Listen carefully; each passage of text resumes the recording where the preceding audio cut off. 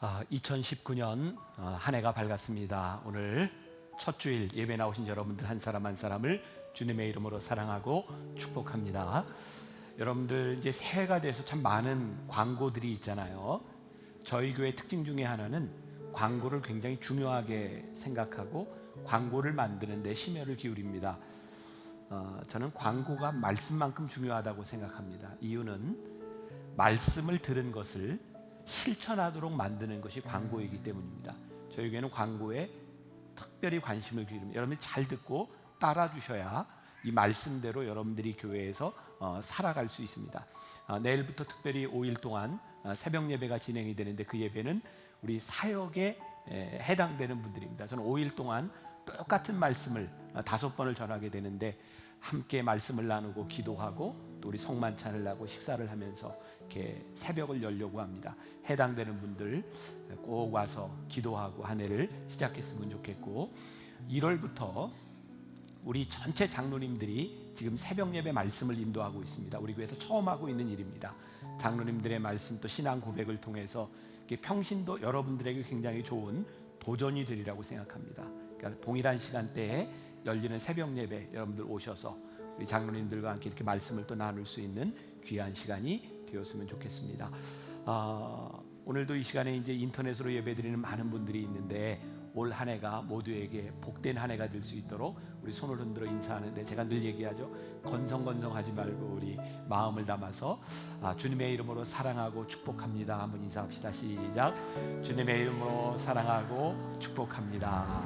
고맙습니다. 자, 이제 오늘부터 10주 동안 여러분들과 함께 하나의 이제 시리즈로 말씀을 나누게 되는데, 우리들이 믿고 있는 이 신앙이 어떤가를 이렇게 생각해 볼 수 있는 그런 종교인가 혹은 우리들이 관계인가, 이런 부분들을 생각할 수 있는 조금은 심각한 주제가 될 수도 있고 우리가 꼭 다루어야 될 신앙의 본질적인 부분이라고 저는 생각을 합니다. 그래서 여러분들이 정신을 똑바로 차리고 이 말씀을 앞으로 한 10주 동안 같이 이렇게 따라가면 좋겠다는 생각을 합니다. 지난해 변화산의 주제 중에 하나가 고백이었습니다. 다시 돌아가자. 다시 돌아가자라고 하는 말은 어떤 의미가 있냐면 우리들이 돌아가야 될 곳이 있다고 하는 것이고 우리들이 뭔가 잘못되어 있다는 부분이기도 하죠. 저는 신앙을 그렇게 생각을 합니다. 제가 요즘 많이 느끼는 것인데, 우리의 신앙의 가장 큰 오류 가운데 하나는 우리의 열심을 신앙으로 착각한다는 거죠. 그러니까 이제 신앙의 본질적인 부분, 제가 결론부터 이야기를 하자면 신앙이란 하나님을 향한, 하나님에 대한 하나님의 마음을 아는 것이 신앙이다. 우리들에게 굉장히 중요한 주제인 거예요. 우리가 하나님을 알고 신앙생활을 하고 있는가. 올 한 해 전체적인 주제가 change, 변화입니다. 자, 지난해에 우리들이 다시 생각한 이유는 변화되기 위해서고요. 내년의 주제는 이미 decision, 결단이라고 하는 것으로 우리들의 주제를 정해놓고 있습니다. 올 한 해 우리들이 변화해야 될 것이 무엇인가. 저는 그 첫 번째가 하나님과의 관계에 대한 부분이라고 생각을 합니다. 왜 호세아 선지자는 이스라엘 백성들을 향해서 끊임없이 그의 예언서 가운데 여호와께 돌아가자, 여호와께 돌아가자 이렇게 말하고 있을까요? 호세아가 예언을 하고 있는 그 시대의 이스라엘 백성들은 참 많은 고통의 시간을 지나가고 있어요. 오늘 말씀해 보니까 여호와께서 찢으셨다, 여호와께서 치셨다라고 말씀하고 있습니다. 왜 하나님께서 그들을 찢으시고 왜 하나님께서 그들을 치셨을까? 그 원인이 어디에 있는가? 호세아는 그 원인이 우리들이 여호와 하나님을 잘 알지 못하기 때문이라고 말하고 있어요. 그래서 오늘 본문 3절 말씀은 전체의 주제 부분이기도 합니다. 3절 다시 한번 볼까요? 그러므로 같이 보면 좋겠습니다. 그러므로 우리가 여호와를 알자, 힘써 여호와를 알자. 그의 나타나심은 새벽빛같이 어김없나니 비와 같이 땅을 적시는 늦은 비와 같이 우리에게 임하시리라 하니라. 여기 중요한 말씀, 여호와를 알자, 힘써 여호와를 알자. 그러니까 이스라엘의 문제는 뭐였냐면 하나님을 예배하고 제사하고 있었지만 그들이 하나님을 잘 몰랐다는 거예요. 그러니까 그들이 제사하고 그들은 여전히 예배드리는 사람이었지만 그들의 하는 일들이 헛수고였다, 이런 말이죠. 그러니까 진정한 의도가 전달되지 않을 때 우리의 노력은 헛수고가 될 수도 있는데, 지금 우리의 신앙과 접목해 보면 우리들이 드리는 이 예배, 우리들이 드리는 봉사, 우리들이 드리는 헌금이 하나님의 마음을 알지 못하는 것들은 헛수고가 될 수도 있다는 거예요. 제가 결혼 주례를 할 때마다 늘 하는 이야기입니다. 성경에 보면 남편들에게 이렇게 얘기합니다. 남편들아 아내를 사랑해라. 또 아내들에게 얘기합니다. 아내들아 남편을 존경해라. 사랑과 존경이라고 하는 행위가 굉장히 중요한데, 진짜 중요한 것은 그것을 받는 사람이 사랑으로 느끼는가, 그것을 받는 사람이 존경으로 느끼는가라고 하는 거죠. 우린 그런 경우도 있잖아요. 나는 참 존경하는데 그 사람은 나에게서 모멸감을 느껴. 나는 사랑했다고 생각했는데 그 사람은 나에게서 사랑을 못 느껴. 그러면 이것은 헛수고가 되는 거겠죠. 자, 신앙인들, 아니, 이 말은 조금 어폐가 있어요. 저는 신앙인과 종교인을 좀 구별하려고 합니다. 종교인들은 흔히 이렇게 생각합니다. 나는 최선을 다했어. 나는 최선을 다했어. 최선을 다해서 봉사했고, 최선을 다해서 예배드렸고. 그런데 신앙이란 우리의 최선이 아니라는 거예요. 하나님의 뜻을 따라 사느냐 마느냐에 대한 문제이지, 내가 최선을 다했다고 그것이 올바른 신앙이라고 말할 수 없는 거예요. 그러니까 우리의 신앙이 잘한다라고 하는 것을 저는 이렇게 정의합니다. 우리의 생각이 있어요. 우리의 최선이 있어요. 하나님의 뜻이 있어요. 신앙이 잘한다고 하는 것은 이 갭이 좁혀지는 거예요. 우리는 완전할 수 없습니다. 그러나 하나님을 알고 하나님을 닮아가고 하나님과의 관계 속에 들어갈 수 있는 거예요. 이것이 신앙이 자라나는 거죠. 제가 오늘부터 여러분들과 나누게 될 앞으로 10주 동안의 말씀은 스카이 제서니가 쓴 종교에 죽고 예수와 살다라고 하는 아주 작은 책인데, 저 안에서 많은 인사이트를 얻게 되었고 여러분들과 많이 나누게 될 거예요. 미국에는 이 풋볼이 굉장히, 미식축구가 굉장히 유행하고 사람들이 좋아하죠. 그 풋볼 스타 중에 와이드 리시버라고 얘기합니다. 이렇게 공을 받는 사람이죠. 스티비 존슨이라는 사람이 있습니다. 이 제서니의 책에 보면 그런 이야기가 나옵니다. 이 사람은 운동도 잘하는 사람이었고요. 그리고 신앙도 좋은 사람이었어요. 어느 날 그가 리시버로서 공을 받는데 굉장히 중요한 경기에서 공을 놓치고 게임을 망치게 됩니다. 트위터에 그는 그런 글을 씁니다.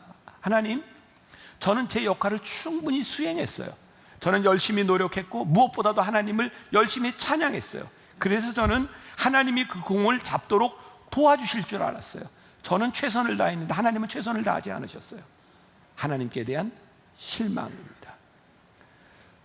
우리가 신앙생활하면서 참 많은 실망을 느낄 때가 있죠. 언제 그렇습니까?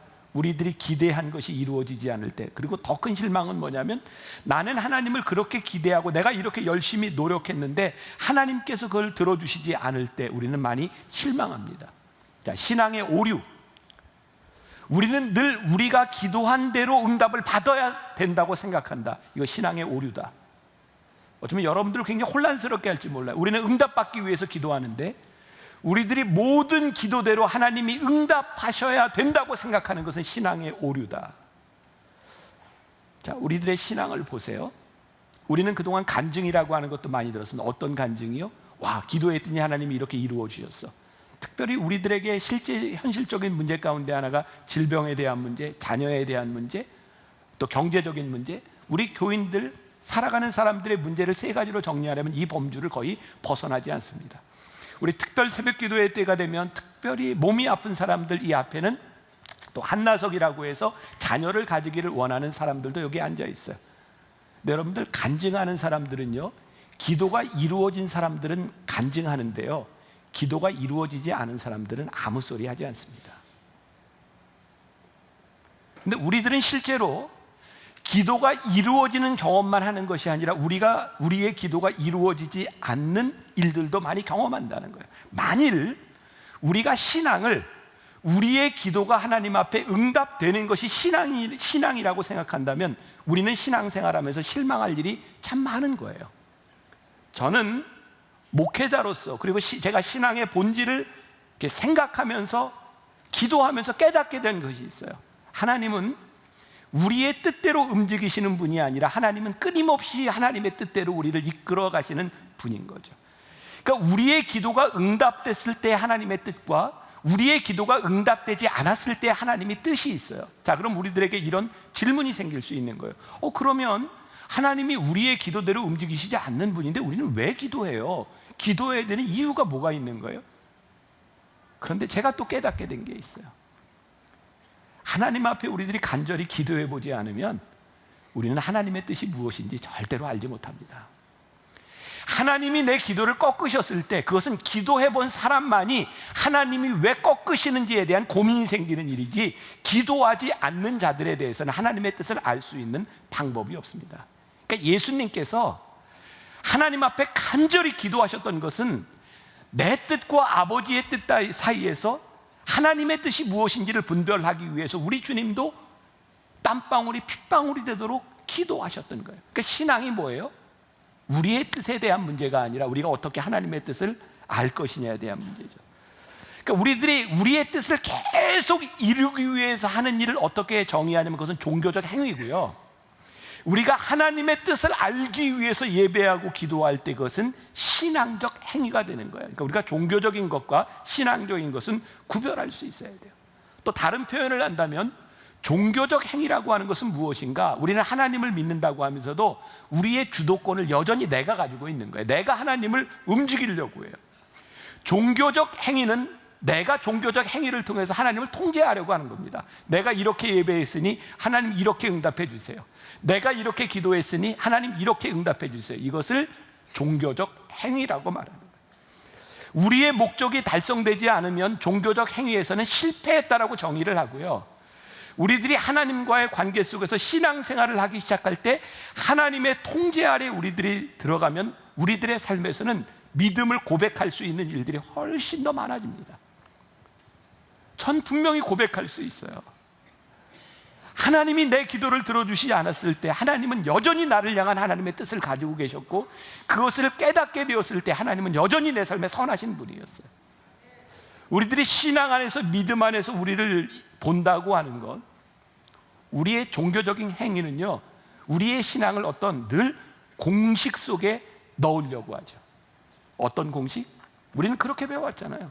여러분, 11조를 하면 여러분들 복을 받습니다. 어떻게? 30배, 60배, 100배 열매를 맺습니다. 여러분, 주의를 잘 지키면 여러분들의 인생에 문제가 없을 것입니다. 그런데 그러면 주의를 잘 지키면서도 예배를 드리다 나가서 교통사고를 날 수 있는 사람도 있는데 그 사람은 뭔가요? 우리는 11조를 이렇게 열심히 드렸는데 내 사업이 잘 되지 않으면 그것은 뭔가요? 정말 하나님이 그런 하나님이라 내가 이렇게 하면 이렇게 들어줄 거라고 믿고 그 공식 속에 들어간다면 이 안에 예배드리는 우리들에게는 실패자가 너무너무 많은 거예요. 왜 그런 생각을 하게 되었을까요? 우리의 생각이, 우리의 가치가 너무나 물질적이고 우리의 생각이 하나님과 멀어져 있어서 우리의 생각에 이것이 축복이라고 생각하니까 하나님이 우리들을 이끄시는 하나님의 축복이 우리들에게 축복으로 느껴지지 않는 거예요. 왜? 내 뜻하고 다르니까. 전 요즘 참 많이 느끼는 것 중에 성경에 범사에 감사하라고 하는 말씀, 항상 기뻐하라고 하는 말씀은 우리의 가치를 가지고는 절대로 이해될 수 있는 말씀이 아니라 하나님의 마음을 알기 전에 우리들이 알 수 없는 일, 우리들의 신앙의 근본적인 변화들이 일어나야 한다. 그래서 오늘 하나님을 알자. 어떻게 알자? 힘써 알자. 호세아가 얘기하는 거예요. 하나님은 어떤 분이세요? 5절과 6절 보겠습니다. 그러므로 내가 선지자들로 그들을 치고 내 입의 말로 그들을 죽였노니 내 심판은 비처럼 나오느니라. 하나님 굉장히 무서우신 분이세요. 선지자들을 치고 내 입의 말로 그들을 죽였다. 이 말은 하나님이 실제적으로 죽였다고 하는 뜻이 아니라 하나님께서 끊임없이 심판에 대한 말씀을 하셨다는 무서운 말이고요. 또 내 심판은 비처럼 나오느니라 하는 말은 이런 의미로 생각하면 돼요. 여러분들 핵폭탄이 터질 때 팍 터지면 섬광이 확 나잖아요. 그 섬광 아래에 있는 것들이 다 잿더미가 됩니다. 하나님의 심판이 그렇게 무섭다는 겁니다. 자, 그런데 나는 인애를 원하고 제사를 원하지 아니하며 번제보다 하나님을 아는 것을 원하노라. 근데 하나님은요, 제사를 원하지 않으신대요. 인애를 원하신다고 되어 있어요. 자, 하나님께서 만일 우리를 심판하시는 게 목적이었다면 하나님은 왜 계속해서 경고를 하실까요? 그러니까 우리들이 분명히 깨닫게 되는 게 있어요. 하나님은 끊임없이 심판을 얘기하시지만 하나님의 목적은 심판에 있는 게 아니에요. 어디에 있어요? 돌아오라는 거예요. 그러니까 우리들이 하나님의 마음을 알아야 되고 그 하나님의 마음 가운데는 인애, 우리를 참고 기다리시는 하나님의 사랑이 있어요. 그러니까 하나님이 우리들에게 끊임없이 경고하시는 이유는 심판으로 우리와의 관계를 끝내겠다고 하시는 것이 아니라 내가 이렇게 경고하면 네가 다시 한번 나의 관계 속으로 들어왔으면 좋겠다는 거죠. 여러분들 지나가다가 남의 집 애가 막 떼쓰고 막 말썽 부리는데 굳이 가서 여러분들 막 너 그러지 말아라 뭐 이러세요? 그냥 지나가지 않습니까? 왜? 그놈 나와 상관없잖아요. 근데 내 자식이 그러면 그냥 놔두지 못합니다. 왜? 그놈은 나와 관계 있는 놈이기 때문이죠. 하나님이 우리와 관계를 맺지 않으신다면 우리들이 무슨 짓을 하든 하나님은 그냥 내버려 두실 수 있어요. 근데 하나님은 우리와 관계 맺기를 원하시기 때문에 우리들에게 끊임없이 말씀하고 있는, 오늘 하나님은 제사가 아닌 인애를 원하시는 분이다라고 되어 있어요. 자, 제사. 하나님이 왜 제사를 원치 않으셨을까요? 오늘날로 얘기하면 예배인데, 오늘날로 표현을 하면 하나님 우리 예배를 원치 않으신다 이렇게 말씀하시는 거예요. 그러면 우리들이 이 예배를 드리는 목적이 뭘까요? 왜 하나님은 이스라엘 백성들에게 제사를 원치 않는다고 말씀하셨을까요? 여러분, 이스라엘 백성들이 타락하고 하나님과 멀어졌을 때 그들은 여전히 제사를 드렸어요. 그들은 여전히 예루살렘 성전에 모였고요, 그들은 희생제물을 드렸습니다. 하나님이 그거 원치 않으신다는 거예요. 자, 우리가 생각해 봅시다. 그들이 처음부터 그런 마음은 아니었을 거예요. 그들은 제사를 드리며 양을 죽이고 소를 죽이고 칼로 그 피를 볼 때 우리의 죄가 이렇게 무서운 것이구나 라고 생각했을 텐데, 어느 날부터인가 조금 생각이 달라졌을 것 같아요. 왜냐하면 그들이 정기적으로 제사를 드리다 보니까 내가 죄를 져도 용서를 받는구나. 그러니까 제사를 드리고 밖에 나가서 살아가는 삶에 대해서 내가 면죄부를 주죠. 내가 또 제사 드리면 되잖아. 그러니까 제사를 드릴 때의 나와 제사를 드리지 않을 때의 나가 너무나 종교적인 거예요. 형식적이 되어버리는 거예요. 하나님이 화가 나셨어요. 나는 너희의 그런 제사를 원치 않는다.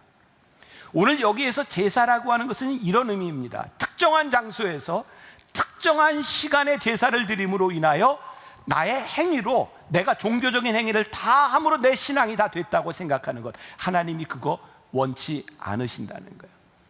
이렇게 예를 들 수 있을 것 같아요. 여러분들 주변에 보면 바람둥이들이 좀 있죠.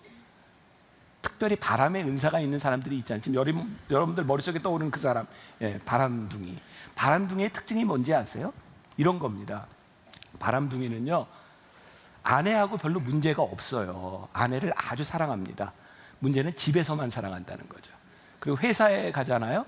여전히 아내를 사랑하지만 회사에 가면 그 여자가 너무 사랑스러운 거예요. 이 마음에는 변함이 없어요. 진짜 사랑하는 겁니다. 그리고 또 밖에 오다가 어느 가게에 들리는 그 집 여자도 너무너무 사랑스러워요. 사랑이 거짓말이 아닙니다. 근데 사랑이 여러 개가 있다는 거죠. 하나님이 이스라엘 백성들을 향해 영적 간음이라는 이야기를 하고, 하나님이 이거 무지무지하게 싫어하신다고 말씀하세요. 여기 있는 여자 중에 우리 남편 아무 문제 없어, 집에서는 날 사랑하잖아, 밖에서는 난 오케이, that's okay, 우리 남편 최고, 이럴 사람 있으세요? 그건 관계가 되어 있지 않다는 거죠. 하나님이 우리들에게 끊임없이 관계를 말씀하시는 이유는 오늘 여기 예배하는 너희의 제사 가운데서, 그리고 이 제사를 드리고 살아가는 너희의 삶 가운데서 지속적으로 나와 관계되어지기를 원한다. 나는 종교가 아닌 너희들과의 관계 속에서 너희들이 신앙적인 관계를 맺기를 원한다고 끊임없이 말씀하고 있는 거예요. 그러니까 우리들이 하나님의 관계 속으로 들어갈 때와 우리들이 종교적인 행위를 할 때는 이건 아주 다른 차원의 문제인 거죠. 자, 아까 이야기했던 풋볼 경기로 조금 옮겨가는데, 지난해에 정말 예상치 않았던 팀이 우승을 했습니다. 필라델피아 이글스라고 하는 팀이 우승을 했고요. 올해 역시 그 팀이 아주 떨어지리라고 생각을 했는데 플레이오프에 올라갔습니다. 필라델피아 이글스, 그 팀의 닉 폴스라고 하는 쿼터백이죠. 닉 폴스는요, 정규 시즌에 3게임밖에 뛰지 못했습니다. 후보 선수였습니다. 나이도 많고, 그래서 목사가 되려고 신학교를 갔고, 근데 이 사람 때문에 우승을 하게 되고요. 그 팀 안에 일어났던 일들이 있어요. 제가 이 설교를 준비할 때 우연히 영상을 봤어요. 제가 지난해 말부터 계속 여러분들에게 영상을 보여주고 있죠. 영화도 보여주고 있고. 이유 아시죠? 요 연말 연초에만 나오는 사람을 제가 참 낚으려고, 예배가 그렇게 지루한 게 아니라 여기는 뭐 별걸 다 보여줍니다. 오늘은 또 풋볼도 보여줍니다. 주말에만, 연초에만 오는 성도들이요, 예배는 재미있습니다. 자, 우리 한번 보겠습니다.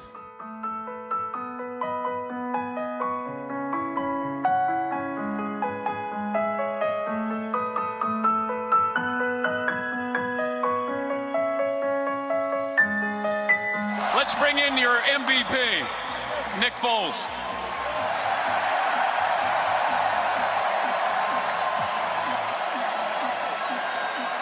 Just another game, right, Nick?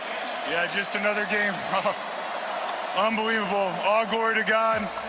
Apple for us here is that in the NFL, since our Sundays are taken up, you can't go to church. So you have the opportunity to attend chapel, which is like a small church service, and we're able to get our word in. Every Monday night, we have a couples Bible study. We have a Thursday night team Bible study, and then Saturday nights, we actually get together the night before the game and just kind of pray, talk through the word, what guys have been reading, what they're struggling with, and just kind of keep it real with each other. To have that here in an NFL facility like this, it's really special. How important is it for you to use your platform to glorify God? I mean, it's huge. Our number one goal on this earth is to make disciples. That's the only job that we want to do. So Faith in Football this Sunday is huge. It's a platform that we have to draw people to the Word, to Jesus. It's something that we don't take for granted by any means. It's obviously responsibility, but we love that.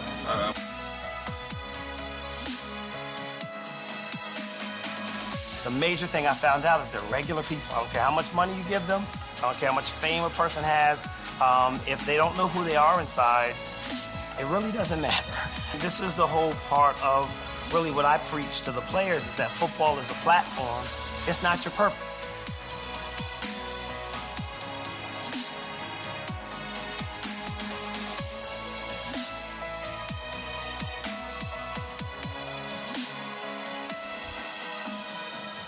이 영상에 말이죠. 우리가 종교적으로 이해한다면 두 가지의 문제가 있습니다. 하나는 이 미식 축구를 하는 선수들은요, 주일날 주의를 지키기가 힘들다는 겁니다. 종교적으로 볼 때는 문제가 있는데 이들은 주일날 예배를 드리지 않아도 그들의 삶의 목적과 그들의 삶에 헌신된 모습들이 이 안에 있습니다. 하나님의 관계가 깨어지지 않은 거죠. 또 하나, 이들의 목적 가운데 내가 이렇게 예배드리고 기도해서 내가 우승하는 게 목적입니다 라고 생각하면 저는 이 영상을 여러분들에게 보여줄 이유가 없습니다.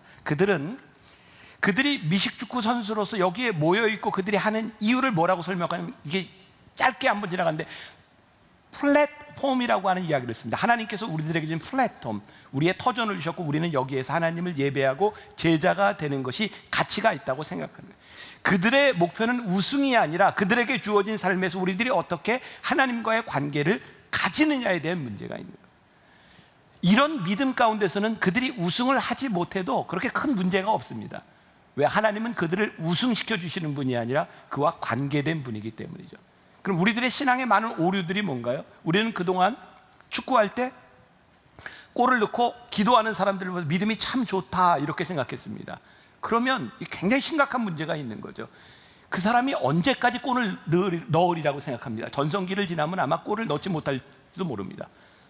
그러면 하나님께서 그 사람을 40, 50이 될 때까지 11초 때 뛰게 해주시든가 공이 어떻게 들어가게 해주시든가 그래야 하나님이 맞는 거 아니에요?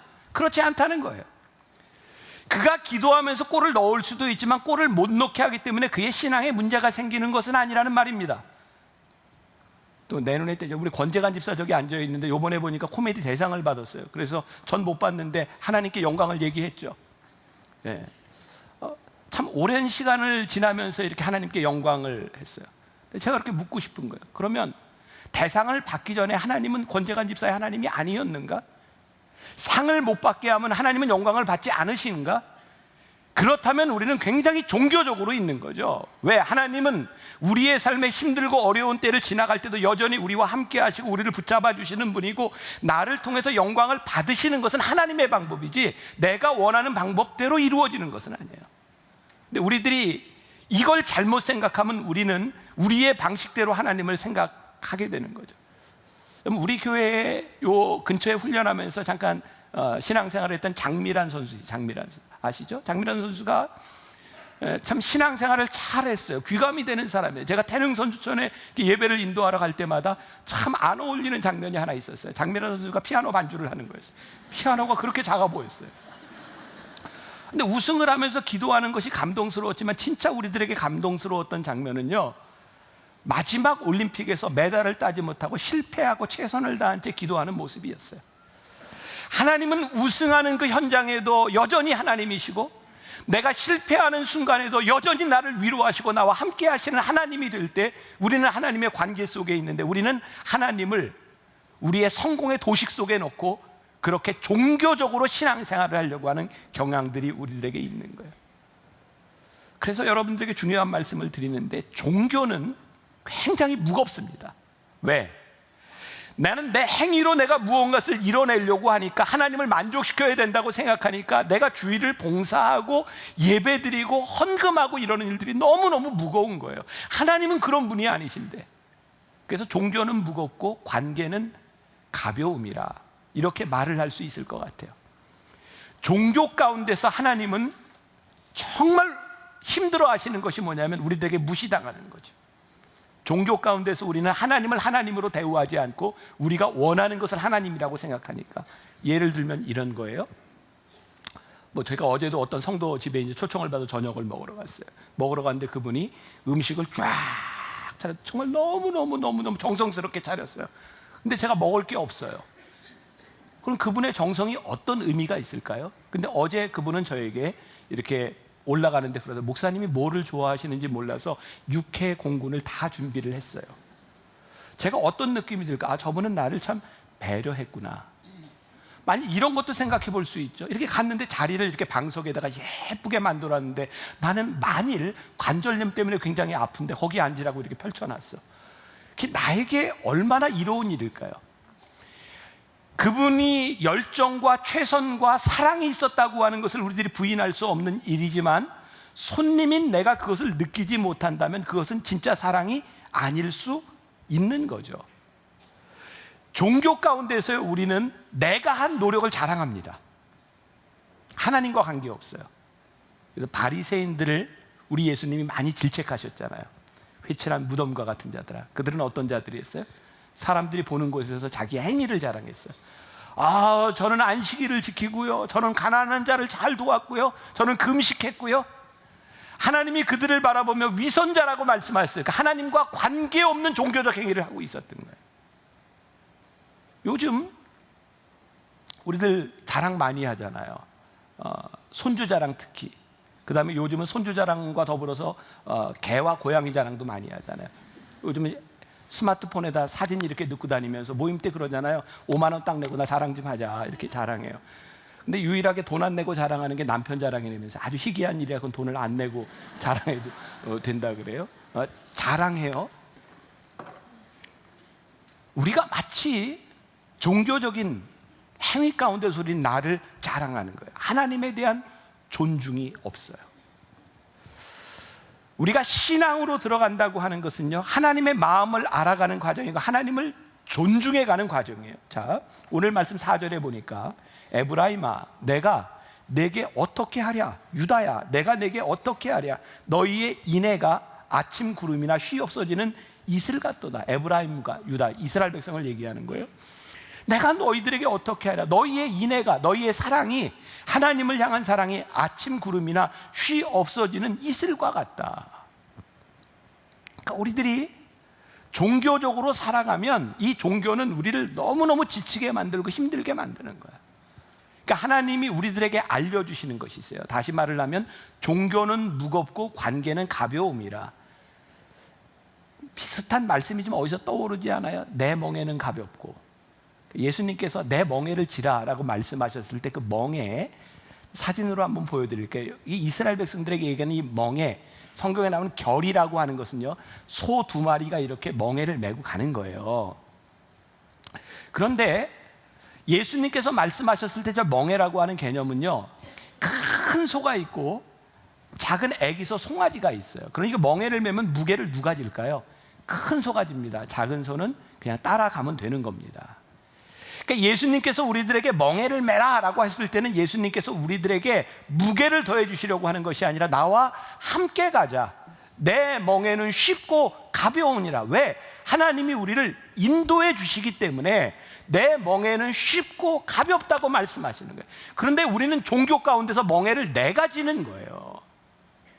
그러니까 우리들이 신앙의 속에 신앙의 세계 속으로 들어간다고 하는 것은 하나님과 함께, 주님과 함께 멍에를 메고 가요. 일본의 유명한 신학자 중에 우찌무라 간조라고 하는 사람이 있습니다. 그 사람은 무교회주의자입니다. 그 사람의 영향을 받은 사람이 누구냐면 함석헌옹입니다. 그도 우리나라의 대표적인 무교회주의자입니다. 함석헌옹의 영향을 받은 사람 중에 하나가 올해로 100세를 맞이한 김형석 교수입니다. 그분은 무교회주의자는 아닙니다. 왜 무교회주의자가 됐을까요? 그들이 생각할 때 교회를 만나보니까 너무 종교적이라 하나님을 믿는 믿음에서 떠나 있으니 교회를 떠나간 거예요. 자, 교회를 떠나가기 때문에 하나님을 떠나가는 것은 아닙니다. 그래서 만일 교회가 종교적이 되어버리고 하나님을 떠났다면 저는 오늘 여러분들에게 이렇게 얘기를 합니다. 여러분, 교회로부터 벗어나십시오. 교회로부터 떠나서 하나님을 붙드십시오. 왜? 하나님을 붙든 게 신앙이니까. 그런데 저는 이런 생각을 하는 거예요. 교회를 떠나는 것보다 더 중요한 것이 있는데 하나님께서 이 교회를 세우신 이유와 목적을 가지고 회복되어야 된다는 거예요. 왜? 하나님께서 교회를 세우셨을 때 그 마음이 있으면 교회가 그 일을 감당하고 하나님의 마음이 있는 교회가 된다면 우리들이 교회에서 신앙생활을 하는 것이 마땅한데, 교회가 어느 날부터 종교적이 되어버렸다고 하면 교회를 떠나는 게 맞는 거예요. 그러니까 목회자인 저에게, 만나교회에서 신앙생활하는 여러분들에게 정말 중요한 것이 있는데, 하나님이 우리를 여기에 부르신 이유, 하나님이 이 땅 위에 만나교회를 세우신 이유, 그것이 우리들에게 분명히 보여져야 되는 거예요. 수고하고 무거운 짐진 자들아 다 내게로 오라, 내가 너희를 쉬게 하리라. 우리는 종교가 아닌 관계 속에 들어간다고 하는 것을 우리들이 알아야 돼요. 말씀을 마무리합니다. 요한복음 9장에 예수님께서 제자들과 함께 이렇게 지나가실 때 사람들이 날 때부터 소경된 자를 데리고 와서 묻습니다. 이 사람이 소경된 것이 부모의 죄입니까? 이 사람의 죄입니까? 종교적인 사람들이요, 예수님께 묻습니다. 누구의 죄 때문에 이 사람이 눈이 먼 것입니까? 종교적인 것 속에서 우리는 우리들의 문제를 이렇게 해석하려고 합니다. 우리들이 어려움을 당하면 이 어려움은 무슨 죄 때문에 일어난 일일까요? 우리는 종교적인 도식 가운데서 설명하려고 합니다. 여러분, 욥의 친구들이 욥에게 와서 내가 이렇게 고난을 받는 것이 네가 무슨 죄가 있는지 생각해봐라. 욥이 너무너무 답답한 거예요. 하나님께서는 욥의 고난을 통해 그를 정금같이 만들어내기를 원하셨는데 종교적인 도식 속에서는 이게 설명이 되지 않는 거예요. 예수님께서 이 눈먼 자를 바라보며 이렇게 말씀하시죠. 이 사람이 소경된 것은 그 부모의 죄도 아니고 이 사람의 죄도 아니고 이 사람이 나음을 통하여 하나님이 영광을 받으시기를 원합니다. 그러니까 예수님의 마음 가운데는요, 이 사람이 고통을 당하는 것에 대한 죄에 대한 문제가 아니라 그 사람을 긍휼히 여기는 마음이 예수님 가운데 있는 거예요. 우리가 여호와를 알자, 힘써 여호와를 알자. 우리가 예수님을 믿고 살아간다고 하는 것은 예수님이 어떤 분이신지를 아는 거예요. 우리를 심판하신다고 말씀하시지만 심판의 목적이 있는 것이 아니라 관계를 회복하기를 원하시고 우리의 아픔 가운데서 우리와 함께하기를 원하시는 그 주님의 마음을 알자는 거예요. 물론 우리들의 고통과 어려움들이 우리의 죄를 통해 오는 문제들이 있어. 그 회개하면 됩니다. 그런가 하면 우리의 죄와 인과관계로 설명되지 않는 우리들의 아픔들이 있는데 그 아픔 가운데서 하나님의 뜻이 무엇이고 지금 우리의 아픔 가운데서 우리와 함께 하시는 하나님의 인도하심과 섭리하심, 함께 하심이 우리들에게 경험되기 시작할 때 우리의 신앙의 눈이 열리잖아요. 그리고 우리들이 그 가운데서 믿음을 고백하고 주와 함께 동행해 가는 거잖아요. 그러니까 내가 주님을 알 때, 주님의 사랑을 알 때 내가 해야 되는 일이 명백해져요. 내가 견뎌야 되는 일들도 명백해져요. 오직 주의 사랑에 매여 내 영 기뻐 노래합니다. 아마 이런 신앙의 관계 속에서 이 찬양이 잘 이해가 될 것 같아요. 우리 같이 한번 이 가사를 생각하면서 찬양을 불러보면 좋겠습니다. 오직 주의 사랑에 매여.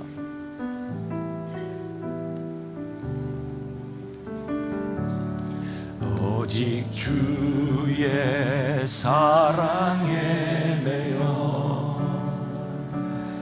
내 영 기뻐 노래합니다. 이 소망의 언덕 기쁨의 땅에서 주께 사랑드립니다. 오직 주의 임재 아래 갇혀 내 영 기뻐 찬양합니다. 내 영 기뻐 찬양합니다. 이 소명의 언덕 거룩한 땅에서 주께 경배드립니다. 주께서 주신 모든 은혜 나는 말할 수 없네. 내 영혼 즐거이 주 따르렵니다. 주께 내 삶 드리리라. 우리 다 같이 일어나서 찬양하겠습니다. 오직 주의 사랑해요. 내 영 기뻐 노래합니다. 이 소망의 언덕 기쁨의 땅에서 주께 사랑드립니다. 오직 주의 임재 안에 오직 주의 임재 안에 갇혀 내 영 기뻐 찬양합니다. 이 소명의 언덕 거룩한 땅에서 주께 경배드립니다. 주께서 주신 모든 은혜 나는 말할 수 없네. 내 영혼 즐거이 주 따르렵니다. 주께 내 삶 드립니다. 하나님, 오늘 말씀을 통하여 우리들에게 주시는 도전이 있습니다. 우리가 종교인인지 신앙인인지, 우리가 하나님을 진정으로 예배하고 있는지, 하나님의 뜻대로 살아가고 있는지, 우리는 우리가 이루지 못한 꿈으로 인하여 실망하고 있는지, 하나님의 뜻을 바라보며 살아가고 있는지, 우리의 신앙과 우리의 인생을 돌아보게 하셨는데, 하나님, 우리가 하나님의 관계 속에서 주와 함께 동행하는 사람, 주와 함께 멍에를 매는 사람, 주님의 뜻이 무엇인지를 분별하려고 몸부림치며 기도하는 사람이 되기를 간절히 소원합니다. 우리가 하고 있는 많은 일들이 하나님의 기쁨이 되기를 소원합니다. 행여나 우리들이 종교적인 우리들의 모습들로 인하여 우리가 너무 곤고하고 힘든 인생이 되어버리지는 않았는지, 하나님 앞에 우리들의 삶을 바라보며 다시 한번 여호와께 돌아와 믿음으로 설 수 있는 주의 백성들이 되게 하여 주옵소서. 오늘도 하나님 앞에 드려진 귀한 예물, 이 물질이 하나님 나라를 위하여 아름답게 쓰여지기를 소원하며 간절히 기도합니다. 우리 사랑하는 성도들, 이 땅 위에 살아가면서 물질이 목적이 아니라 물질을 사용하도록 베푸시는 하나님의 은혜, 또 물질로 인하여 우리들이 범죄하지 않도록 하나님 앞에 간절히 기도하는 성도들의 기도를 들으시고 하늘문을 여시고 축복하여 주옵소서. 지금은 우리 주 예수 그리스도의 은혜와 하나님 아버지의 무한하신 사랑과 성령의 인도하심이 더 이상 종교가 아닌 하나님과의 관계 속에서 주와 함께 동행하기를 소원하며 나가는 당신의 사랑하는 모든 백성들 위해 지금부터 영원까지 함께 하시기를 간절히 축원하옵나이다. 아멘.